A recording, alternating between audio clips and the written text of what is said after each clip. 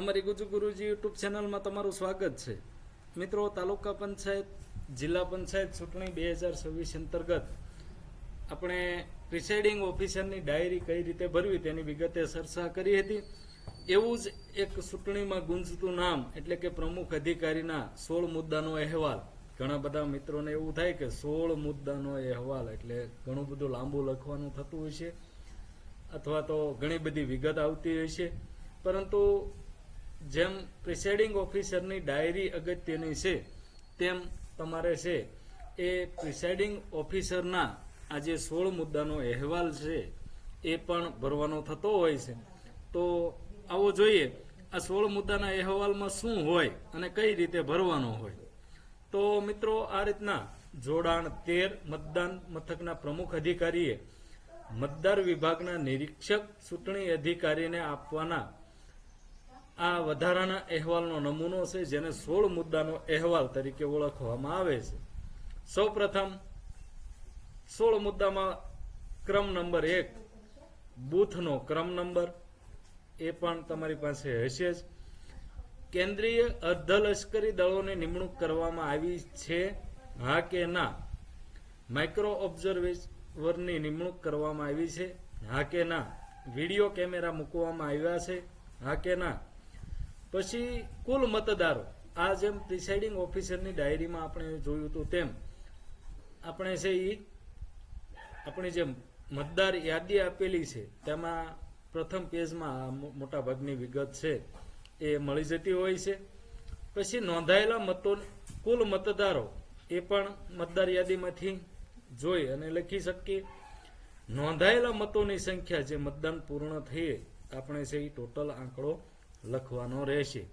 સાથે સાથે નોંધાયેલ મતોની ટકાવારી, ઉમેદવારોની કુલ સંખ્યા, તમારા મતદાન મથકમાં જેટલા ઉમેદવારો હોય તે સંખ્યા અહીં લખવાની રહેશે। આમ 8 મુદ્દા પૂરા થઈ ગયા। આગળના 8 મુદ્દા જોઈએ તો મતદાન એજન્ટો દ્વારા પ્રતિનિધિત્વ કરાયેલા ઉમેદવારોની સંખ્યા, ફોટો ઓળખ કાર્ડ સિવાયના દસ્તાવેજો નો ઉપયોગ કરીને મતદાન કરેલ મતદારો, એટલે જે આપણે ઈપીક ચૂંટણી કાર્ડ છે એ સિવાયના જે કંઈ દસ્તાવેજો, આધાર કાર્ડ હોય, પાન કાર્ડ હોય કે ડ્રાઇવિંગ લાયસન્સ હોય, તેનાથી જે કંઈ મતદાન કરેલું હોય તેવા મતદારોની સંખ્યા અહીં લખવાની છે। મતદાન એજન્ટોની હાજરીમાં મોકપોલ યોજવામાં આવ્યું હતું, હા કે ના? મોકપોલ મશીનમાંથી રદ કરવામાં આવ્યું હતું, હા કે ના? આ મોટા ભાગનો આપણે જવાબ તમે જેમ સ્ક્રીન ઉપર જોવો છો તેમ આમાં જ જવાબ આવશે, કારણ કે આ બધા કામ છે એ આપણે ખૂબ ચોકસાઈપૂર્વક કરીને જ આગળ વધતા હોઈએ છીએ। મતદાન એજન્ટોની હાજરીમાં મશીનો યોગ્ય રીતે સીલ કરવામાં આવ્યા હતા, તો એમાં પણ હા। મતદાન એજન્ટોની સહી મેળવીને તેમને 17 ગ આપવામાં આવ્યા છે। 17 ગ છે એ મિત્રો મતના હિસાબનો, જે આપણે સ્ત્રી પુરુષના મતની ટકાવારી લખતા હોય તે જાગૃત એજન્ટ છે એ મતદાન પૂરું થયા બાદ પ્રિસાઇડિંગ ઓફિસર પાસેથી માગતા હોય છે કે અમને મતદાનનો હિસાબ આપો। આ છે એ 17 ગ ફોર્મ છે। મતદાનની સાંજે 6 વાગ્યા પછી ટોકન મેળવી મતદાન કરેલ મતદારોની સંખ્યા, જો કોઈને આપણે કાપલી વિતરણ કરી અને લાઈનમાં ઊભા રાખ્યા હોય તો તેની સંખ્યા અહીં દર્શાવવાની રહેશે।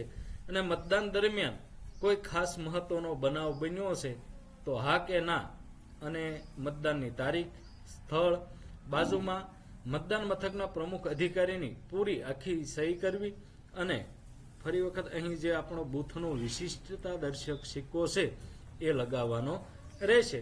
આમ હાના અને કેટલાક આંકડાથી આપણા છે 16 મુદ્દાનો અહેવાલ સંપૂર્ણ રીતે ભરાતો હોય છે। અને આવી ચૂંટણીલક્ષી માહિતી માટે અમારી સાથે જોડાયેલા રહો, ચેનલને સબસ્ક્રાઈબ કરો। આપ સૌનો ખૂબ ખૂબ આભાર।